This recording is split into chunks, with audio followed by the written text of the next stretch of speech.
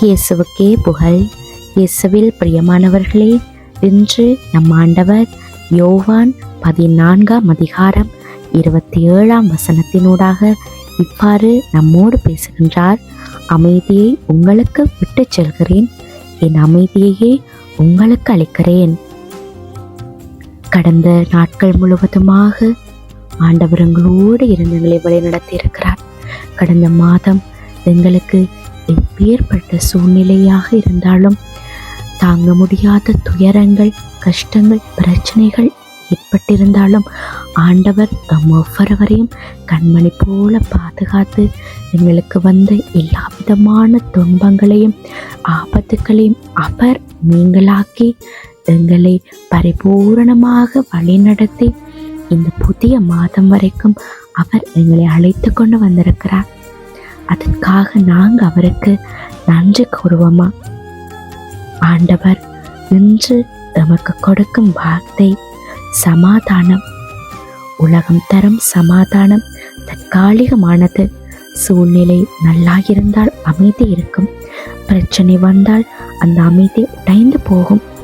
ஆனால் ஆண்டவர் இயேசு தரும் சமாதானம் சூழ்நிலைக்கு அடிமை அல்ல, அது உள்ளத்தில் ஊற்றாக பாயும். நாம் இன்றைய வாழ்க்கையில் பல அச்சங்கள், அழுத்தங்கள், எதிர்கால கவலைகளை சந்தித்து கொண்டிருக்கிறோம். என்ன ஆகும் என்ற கேள்வி நம் மனத்தை கலங்க செய்து கொண்டிருக்கிறது. ஆனால் நம் ஆண்டவர் இயேசு நம் ஒவ்வொருவரையும் பார்த்து சொல்லுகிறார், உங்கள் இருதயம் கலங்காதிருப்பதாக, அஞ்சாதிருப்பதாக என்று.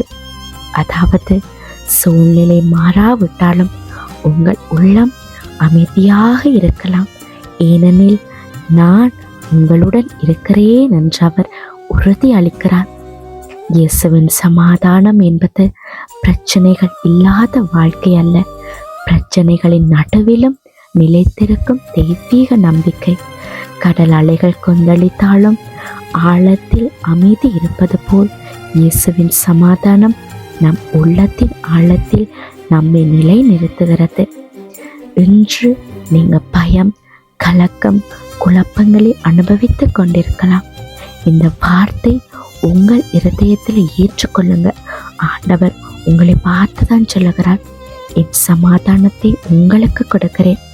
அந்த சமாதானம் உங்கள் எண்ணங்களை அமைதிப்படுத்தும், உங்கள் இருதயத்தை உறுதியாக்கும், உங்கள் நாளையை காக்கும் என்று சொல்லுகிறார். சற்று நம் கண்களை மூடி சிந்தித்து பார்ப்போமா? உலகம் தரும் அமைதியை தேடுகிறோமா, அல்லது இயேசு தரும் நிலையான சமாதானத்தை ஏற்றுக்கொள்கிறோமா என்று? ஆண்டவரின் சமாதானம் உங்கள் மனதை இன்று நிரப்பட்டும். இந்த புதிய மாதத்தின் தொடக்கத்தில் ஆண்டவர் உங்கள் ஒவ்வொருவருக்கும் சமாதானத்தை வழங்கியிருக்கிறார். உங்கள் குடும்பங்களில் ஆண்டவர் அவருடைய சமாதானத்தால் நிரப்ப போகிறார்.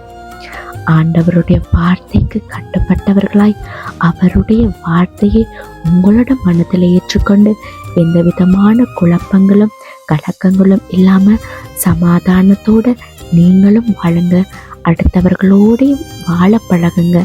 தற்பொழுது இந்த உலக நாடுகளுக்கு இடையிலாக நடந்து கொண்டிருக்கிற இந்த உலக போரால பல பேருடைய சமாதானம், நிம்மதி இழந்து போயிட்டது. பல மக்கள் அடுத்து என்னாகுமோ என்ற பதட்டத்தோடு இப்போதும் வாழ்ந்து கொண்டிருக்கிறாங்க. ஆண்டவர் அந்த நாட்டு தலைவர்கள் ஒவ்வொருவரையும் தொட்டு ஆசீர்வதித்து உலக சமாதானத்தை அவர்கள் நிலைநாட்ட அவர்களுக்கான ஞானத்தையும் அந்த அறிவையும் கொடுக்கும்படியாக நாங்கள் இன்றைய நாளில் விசேஷ விதமாக அவர்களுக்காக ஆண்டவர்கிட்ட ஜெபம் செய்வோமா?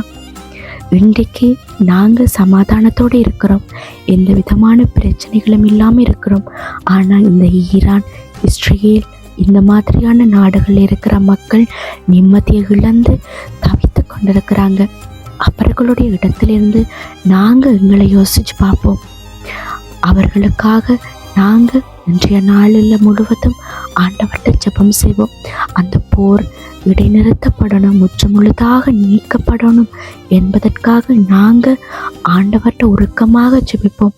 அந்த நாட்டு தலைவர்களுடைய மனம் மாறி அவர்கள் அந்த நாட்டு மக்களில் அக்கறை செலுத்த ஆண்டவர் அவர்களுக்கு நல்லதொரு அறிவையும் ஞானத்தையும் கொடுக்கும்படியாக நாங்கள் ஆண்டவர்கிட்ட தொடர்ந்து ஜெபம் செய்வோம். ஆண்டவருடைய சமாதானம் உங்களோடும் இந்த உலகத்தில் இருக்கிற அனைத்து மக்களோடும் இருக்க கடவுது. ஆமேன்.